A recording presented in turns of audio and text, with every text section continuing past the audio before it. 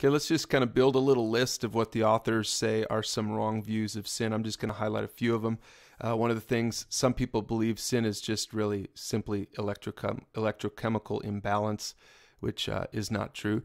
Some people teach that sin is just a repression of your true self. The authors write, in psychologism, sin is caused by low self-esteem that results in the repression of one's true feelings.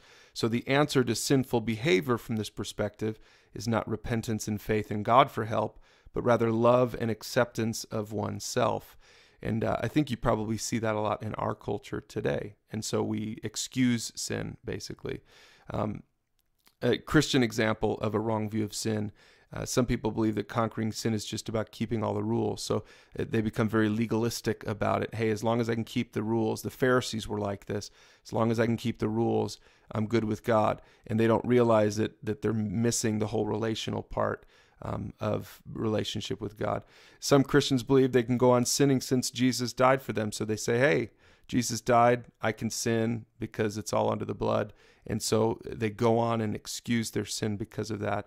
And again, Paul talks about that in the book of Romans. Some people believe they have to confess every last sin or they're not forgiven. Again, that's not biblical. Some people believe sin's not a problem if no one is hurt, or sin's not a problem as long as they don't get caught.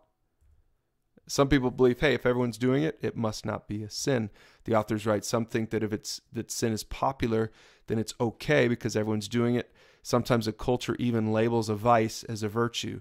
Maybe you can think of an example of that in our culture. But the Bible speaks often about the world in a negative sense.